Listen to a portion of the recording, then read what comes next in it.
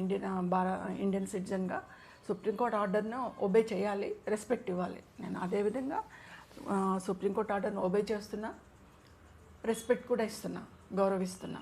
ఎందుకంటే అత్యున్నత న్యాయస్థానం ఇచ్చిన తీర్పు కాబట్టి కంపల్సరీ మనం రెస్పెక్ట్ ఇవ్వాలి.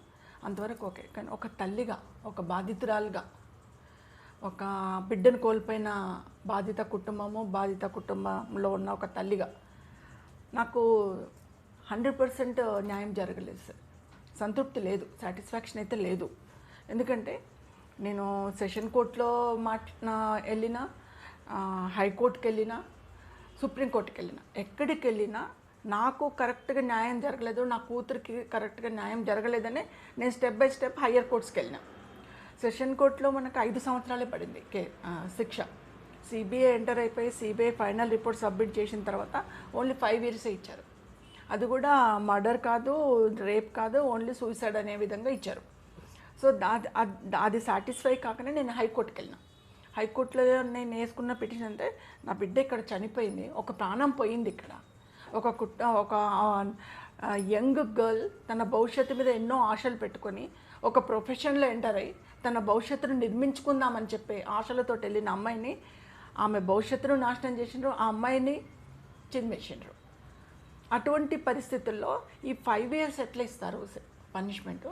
దీన్ని లైఫ్ పనిష్మెంట్ చేయండి, జీవిత ఖైదు ఇవ్వండి అని చెప్పేసి నేను హైకోర్టుకి వెళ్ళాను. హైకోర్టులో 2011 వరకు రన్ అయింది సార్ కేసు. 2011లో జడ్జిమెంట్ వచ్చింది.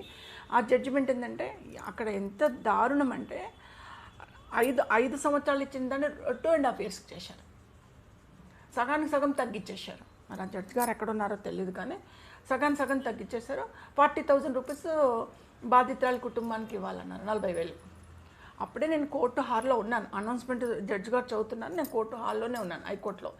సో నేను అప్పుడే లేచి, సార్ నాకు లీగల్గా తెలుసా తెలియదు, అంటే లీగల్ లిమిట్స్ తెలియదు, బట్ నేను ఒక చిన్న విన్నపం చేస్తున్నాను సార్. నాకు ఏదైతే బాధిత కుటుంబానికి 40,000 ఇస్తున్నాను అంటున్నారో ఆ 40,000 మా కుటుంబానికి అవసరం లేదు. నా బిడ్డ శవం మీద నేను ₹1 కూడా తీసుకోను, ఎవరి దగ్గర నుంచి నాకు వద్దు.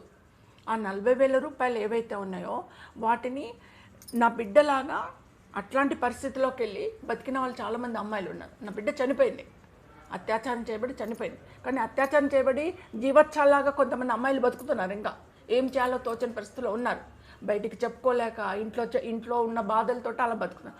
అటువంటి వాళ్ళకు ఎవరికన్నా అందజేయండి సార్, మీ కోర్టే అందజేయండి 40,000.